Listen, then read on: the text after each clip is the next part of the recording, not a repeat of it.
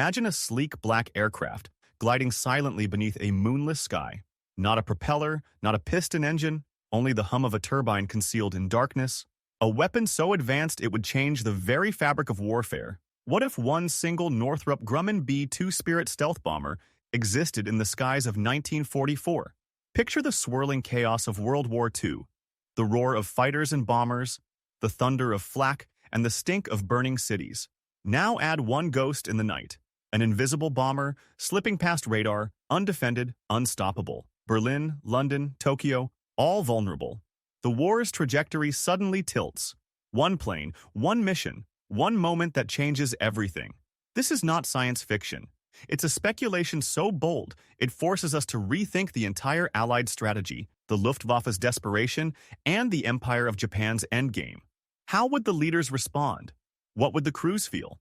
And what happens when the enemy realizes there's a ghost in their airspace? Stay with me. We're diving into a what-if scenario so cinematic it reads like a film. But underneath the spectacle lies a real question. Could one solitary B-2 really rewrite history? The stakes are high. And so is the tension. Because once this bird takes off, everything changes. Ready? Let's go. It's late 1944. Europe is a cauldron. The Allies have landed in Normandy. Paris has been liberated. The final push into Germany is underway. On the Eastern Front, the Red Army is roaring westward. The Axis powers are battered, but still dangerous. The skies are crowded with fighters, bombers, flak, and fear. The standard bomber formation: massive, slow, vulnerable to anti-aircraft fire and interceptors. The skies are lethal. On the ground, radar stations blink and crackle. Enemy fighters scramble at the first sign of Allied bombers. Every mission costs lives. Every flight risks disaster. Now, imagine introducing a supremely advanced aircraft into this theater. One that doesn't look like anything the Germans or Japanese have ever seen. An aircraft with stealth capabilities, long range, unparalleled payload. An aircraft that can fly deep into enemy territory, drop bombs, and return practically undetected. This single bomber arrives in the Pacific Theater or over Central Europe. The enemy has no defense, no early warning, no concept of invisible. Their fighters circle empty sky. Their radar shows nothing until it's too late. Leaders on both sides would scramble. Intelligence would try to make sense of the anomaly. The Axis would suspect secret weapon, perhaps an aerial spy ship, perhaps a supernatural bomber. The Allies? They'd whisper code names, assess the strategic value, and realize that this plane could be a game changer, not just tactically, but politically. Because one bomber like this doesn't just drop bombs, it drops doubt, it drops fear. And that fear resonates far beyond the target. So let's move into our central scenario. The plane is airborne. The enemy is scrambling. The tension starts now.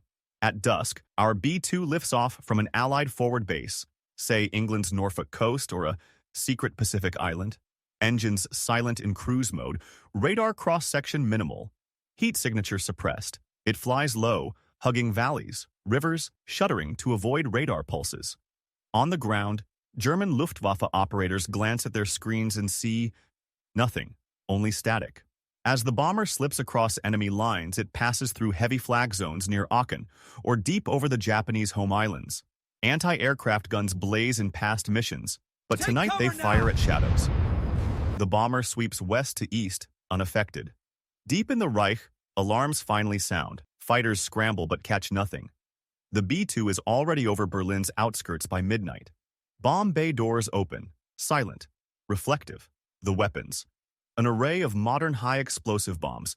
Imagine early variants of bunker-buster shells, smart-guided munitions, but retrofitted for World War II. One target, the German Reich Chancellery. Another target, the synthetic fuel plants at Luna. Down below, workers don't know what's happening until the bombs fall. 2 buildings obliterated, within minutes. The bomber vanishes into night like a phantom. News reaches Berlin and Vienna in the early hours. Hitler and his staff stare at photos of wreckage, at cratered factories and ruins with no visible bomber tracks. The Luftwaffe mobilizes all available fighters, Me-262 jets, FW-190s, and they still can't find the attacker. The German High Command realizes they're facing a stealth threat. In the Pacific, the Emperor's War Council sees Tokyo lights flashing, Tokyo towers trembling, but no report of enemy bomber approaching. They send Zeros skyward. They scramble radar. They deploy anti-aircraft batteries. Yet the bomber slips in over Hiroshima or Nagasaki region and drops incendiaries. Urban destruction never seen before. With one aircraft. The devastation is horrifying. At the Allied end, politicians and generals share a hush-hush meeting. They discuss how to leverage this solo bomber. Do they keep it secret or publicize it to demoralize enemy populations? Propaganda departments draft leaflets. You cannot stop what you cannot see. The bomber's existence becomes both strategic weapon and psychological torment. Germany, desperate, shifts resources. Flak batteries realign, radar sites expand. Research labs hypothesize new radar bands. But the bomber adapts, switching altitudes, using mountainous terrain, deploying decoys. The Reichstag orders a counter-stealth offensive. Night fighter patrols multiply. The cost of each sortie skyrockets. German industry strains under increased fighter production, devoting pilots and planes to hunt an enemy they cannot locate. Meanwhile, the Allies use the bomber for high-value strikes. Submarine pens, atomic research facilities, V-2 launch sites. Each mission draws resources away from the front lines. Each strike suffers zero losses. One bomber turning the tide in multiple theaters. Bombs fall, cities burn, enemy morale dips. The Germans move divisions to railheads defending factories. The Japanese spread fighters thin over vast Pacific islands. All because one plane acted when others could not. The Axis fear a second bomber, a fleet, a secret air armada. They allocate fuel, fighters, anti-aircraft guns to hunt phantoms. Their war machine fractures under uncertainty.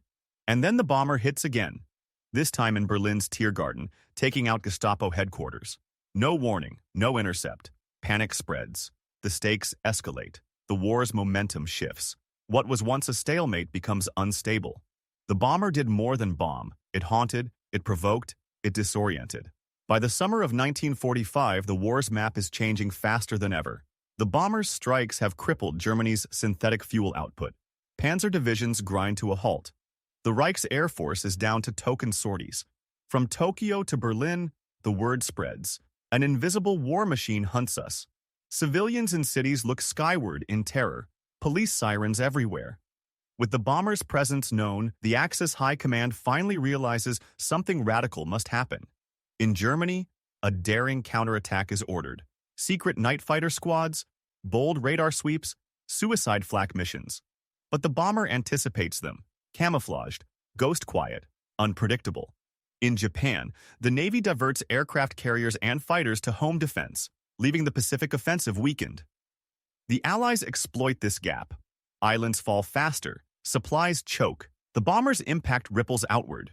In the climax, the bomber undertakes one final mission, flying over the German heartland and striking Hitler's headquarters in the Wolfschanze complex, followed immediately by a strike on Japan's Imperial Palace in Tokyo, all in the same 48-hour window. The result: shock, psychological collapse, and fully exposed vulnerability. Germany sues for peace 3 months earlier than in our reality. Japan capitulates months ahead of schedule. In the aftermath, the world asks, how were we defeated by a single plane? Lessons ripple through history. Air defense doctrines change forever. Stealth becomes the new king of war. The bomber's existence rewrites the air power chapter. The Allies emerge war-weary but victorious. The Axis is stunned and humiliated. The war ends. But the cost? It's catastrophic. Tens of thousands of civilians killed in previously safe zones. Entire cities exposed. The bomber didn't just bomb targets. It reshaped strategy, terrorized the enemy, and shortened the war. Yet despite incredible success, the bomber remains secret.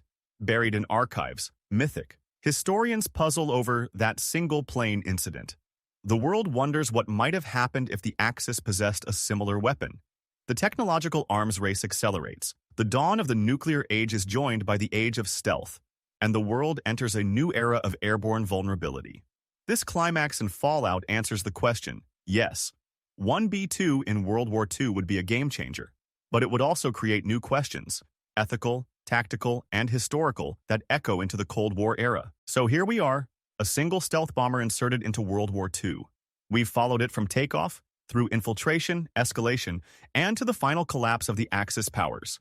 One aircraft, one mission, one turning point. Of course, this is a what-if. In real life, the technologies weren't available. The logistical infrastructure, the radar defeat materials, the training, all of it would be gargantuan for 1944. But for the sake of speculation, the idea tells us something important. War isn't just about numbers of bombs or fleets of fighters.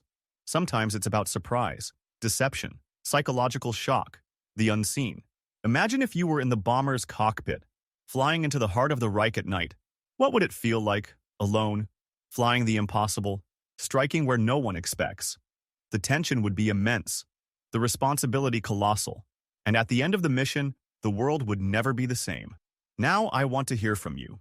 What target would you assign to that bomber? The Reich's leadership? A Japanese island? A naval yard? Would you use it selectively to prolong the war or aggressively to end it fast? Drop your thoughts in the comments. And if you enjoyed this scenario, stick around. Next time we'll ask, what if the Soviet Union had covertly captured and deployed a nuclear submarine in 1943? Until then, keep your eyes to the sky because sometimes the biggest weapon is the one you don't see.